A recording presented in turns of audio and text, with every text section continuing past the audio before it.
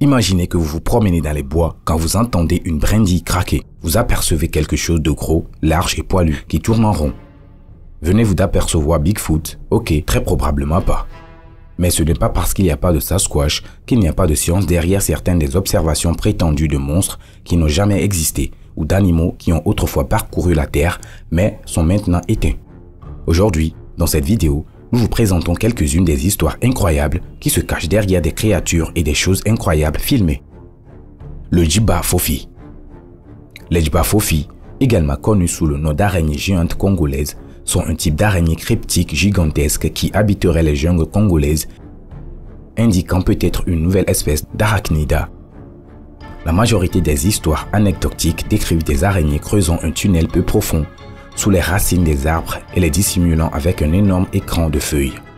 Elles tissent ensuite une toile presque indétectable entre leur terrier et un arbre voisin, reliant toute la région par un réseau de fils conducteurs. Certains des animaux sans méfiance, qui seront très certainement au menu de la créature, déclencheront la ligne, alertant l'araignée. La victime sera alors poursuivie à travers la toile. Ce comportement prédateur est comparable à celui d'autres espèces d'araignées à trappe. Les œufs de la Djiba-Fofi sont probablement de couleur blanc, jaune pâle et ont la forme de cacahuètes. Les éclosions, selon les indigènes, sont jaune vif avec un abdomen violet. Leur coloration s'assombrit et brunit à mesure qu'ils vieillissent. Certains peuples autochtones des régions congolaises où la Djiba-Fofi a été repérée affirment que l'araignée était autrefois relativement répandue, mais qu'elle est devenue extrêmement rare. La Djiba-Fofi a été vue pour la première fois par un observateur occidental dans les années 1890 près du lac Nyassa, lorsque le missionnaire britannique Arthur John Sims et ses compagnons ont rencontré une de ces créatures. Ces troupes se sont empêtrées dans une toile massive et deux araignées monstrueuses, mâles et femelles, mesurant 2 à 4 pieds de long, ont émergé de la toile et les ont attaquées. Sims a été mordu, mais s'est échappé en tirant sur l'une d'elles avec son revolver. Il a alors présenté des symptômes tels qu'une pâleur mortelle, des frissons aigus, un gonflement autour de la zone où il a été mordu et est devenu incohérent avant de perdre connaissance. Il a finalement succombé à ses effets secondaires et est mort. Le rapport le plus détaillé des Occidentaux se trouve dans le livre cryptozoologique de George Eberhardt. Eberhardt décrit le terrible incident d'un couple d'Anglais traversant une région de jungle dans ce qui est maintenant connu comme le Congo. Erka Lloyd et sa femme roulaient en voiture dans le Congo belge en 1938 quand ils ont vu un grand objet traversant la piste devant eux. Au début, ils ont pensé qu'il s'agissait d'un chat ou d'un singe, mais ils ont vite compris qu'il s'agissait d'une araignée avec des pattes de près d'1 mètre. Le cryptozoologue William J. Gibson est à la recherche de ce que certains croient être un dinosaure congolais vivant connu sous le nom de Mokele Mbembe. Lors de sa 3e tentative pour trouver la bête, il a rencontré des membres de tribus qui lui ont raconté leur rencontre avec d'énormes araignées. À son retour au Canada, il a raconté son expérience à ses lecteurs. Lors de cette 3e expédition en Afrique équatoriale, j'ai profité de l'occasion pour demander si les pygmées connaissaient une telle araignée géante, et effectivement, c'est le cas. Il parle de la Djiba-Fofi, qui est une géante et une grande araignée. Ils décrivent une araignée généralement de couleur brune avec une marque violette sur l'abdomen. Elle atteint une taille énorme et l'envergure de ses pattes est d'au moins 1,5 mètre. Les arachnides géantes tissent une tanière faite de feuilles semblable à la forme d'une hutte pygmée traditionnelle et tissent une toile circulaire que l'on dit très solide entre 2 arbres avec un fil tendu à travers une piste de chasse. Ces araignées géantes terrestres s'attaquent aux petits antilopes de la forêt, aux oiseaux et d'autres petits gibiers. On dit qu'elles sont extrêmement dangereuses, sans compter qu'elles sont très venimeuses, déclare Gibson. On dit que les araignées pondent des œufs blancs de la taille d'une cacahuète en grappe et que les pygmées les évitent lorsqu'ils les rencontrent, mais qu'ils les ont déjà tuées par le passé. Les araignées géantes étaient autrefois très communes, mais elles sont désormais rares. En mars 2013, une vidéo d'une prétendue Djiba-Fofi capturée par une caméra de vision nocturne près d'un point d'eau à proximité d'un arbre au Mozambique est apparue sur YouTube. La Djiba-Fofi sort brièvement de l'obscurité avant de s'y replonger à l'extrême droite de l'écran. De nombreux indigènes décrivent ces araignées comme une espèce autrefois très répandue, mais aujourd'hui en voie de disparition. Il est possible que les araignées aient été chassées de leurs habitats naturels en raison de l'empiètement de l'homme qui a converti les forêts tropicales en terres agricoles. Tigre de Tasmanie. L'histoire du tigre de Tasmanie est une tragédie. Après l'arrivée des colons européens sur le continent dans les années 1800, le Thylacinus cynocephalus, qui était autrefois le plus grand marsupial carnivore d'Australie, a été chassé jusqu'à l'extinction en raison de l'activité humaine. En 1936, le dernier tigre de Tasmanie est mort dans un zoo de Hobart, en Australie. Ou bien est-il mort? La quête du tigre de Tasmanie vivant a commencé en 2017 après que 2 récits d'apparence plausible aient vu les animaux dans la nature.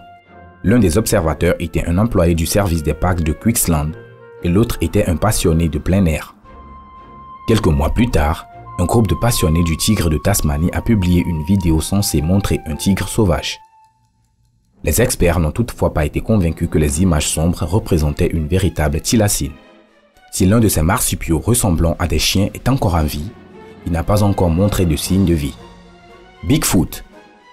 Bigfoot est la figure la plus célèbre de la cryptozoologie ou étude des monstres mythologiques. De la Pennsylvanie au nord-ouest du Pacifique, cet humanoïde velu apparaît partout où il y a des zones boisées. Malheureusement, il n'existe aucune preuve solide que des hommes singes imposants errent dans des endroits éloignés. En 2008, un couple de Géorgie a affirmé avoir découvert le corps d'un Bigfoot dans un congélateur ainsi qu'une preuve ADN de l'espèce. L'ADN appartenait toutefois à un opossum et le corps était un costume de gorille froissé. Il s'avère que l'ADN est un outil populaire parmi les chasseurs de Bigfoot. En 2012, DNA Diagnostics a déclaré qu'une étude évaluée par des pairs avait évalué 3 échantillons d'ADN de Sasquatch et découvert que Bigfoot était l'enfant chéri de l'ancien Homo sapiens et d'une espèce de primate non découverte.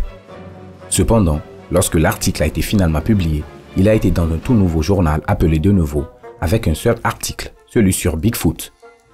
De Nouveau n'avait publié qu'un seul autre article en 2018.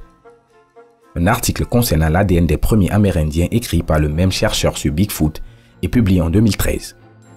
Le moins que l'on puisse dire, c'est que les scientifiques grand public n'ont pas été impressionnés. La poupée hantée de M. Fritz. M. Fritz est censé avoir été créé par un ventriloque américain emprisonné dans un camp de prisonniers pendant la Seconde Guerre mondiale. Elle a ensuite été récupérée par un collectionneur de souvenirs militaires qui a donné la tête unique à Michael Diamond, qui la possède toujours. Le simple fait de jeter un coup d'œil à cette poupée vous donnera des frissons dans le dos. Elle semble extrêmement étrange et de nombreuses personnes qui ont vu M. Fritz en personne ont déclaré qu'elles ne pouvaient pas s'empêcher de fixer le visage usé de la poupée pendant une longue période. Quelques jours après avoir reçu la poupée, Michael Donald s'est rendu compte qu'il ne s'agissait pas seulement d'un étalage inquiétant. Michael entendait des bruits inhabituels dans la maison tard dans la nuit quand tout le monde dormait et il trouvait sans cesse la porte de la vitrine contenant la poupée ouverte. Un jour, le collectionneur a décidé d'enquêter et placer une caméra GoPro devant la poupée. Dans cette vidéo, on peut voir la poupée bouger toute seule, cligner des yeux, bouger sa bouche et même ouvrir et fermer le meuble. Nerveux par ce qu'il voit, Michael décide de sécuriser l'armoire en verre avec une chaîne et de la recouvrir d'une couverture pour faire bonne mesure. De nombreuses personnes ont conseillé à Michael de jeter la poupée ou de la brûler, mais le collectionneur a déclaré qu'il ne pouvait pas affronter cette idée. Cette décision est surprenante, étant donné que sa femme et ses enfants vivent dans la même maison où est conservée la poupée prétendument hantée. Un pêcheur capture une sirène. Les sirènes, selon la tradition, sont des créatures marines insaisissables. Elles sont censées avoir un corps supérieur humain et une moitié inférieure de poisson. Pourtant, nombreux sont ceux qui pensent qu'elles ne vivent que dans l'esprit humain et sur les pages de littérature fictive. Certains marins ont affirmé avoir observé ces créatures lors de croisières en mer. Bien qu'elles soient considérées comme de belles créatures, certains folklores et légendes les décrivent comme malicieuses et rusées, apportant le malheur et la mort à ceux qui les contrarient et attirant les marins à se noyer. Les experts n'ont pas encore accepté leur existence, mais que faire si elles sont vraies après tout? Dans cette vidéo, vous pouvez voir plusieurs pêcheurs qui traînent ce qui semble être une grosse prise, mais ce qu'ils ont attrapé est inhabituel. À l'intérieur du filet, vous pouvez voir ce qui semble être un être humain, mais lorsque la créature se débat pour se libérer, vous observerez ces étranges mains palmées. Les pêcheurs du bateau ont été étonnés par cette créature bizarre et n'ont pu que la regarder se débattre dans le filet. Le filet a fini par se rompre, libérant la prétendue sirène. Beaucoup de gens considèrent encore la présence des sirènes comme une fiction, mais on ne peut nier l'idée qu'il existe une certaine réalité dans leur existence. Après tout, Il existe de nombreuses espèces inconnues dans la mer et nous ne savons toujours pas ce qui se cache dans les profondeurs. Requins gobelins. Les profondes forêts de montagnes d'Asie du Sud-Est ne sont pas la seule région où vivent d'étranges espèces inconnues. Il n'y a pas d'endroit comme les océans pour les mystères biologiques purs. Il y a des gobelins là-dessous, croyez-le ou non. Des requins gobelins, en tout cas, mais vous pourriez tomber sur un vrai gobelin à la place. Parce qu'ils s'approchent rarement de la surface, ces requins de profondeur sont rarement vus. Ils sont dotés de longues narines en forme de lance et de mâchoires saillantes avec des dizaines de dents acérées. On les trouve généralement au large des côtes du Japon, mais ils ont également été repérés dans les filets des pêcheurs du golfe du Mexique.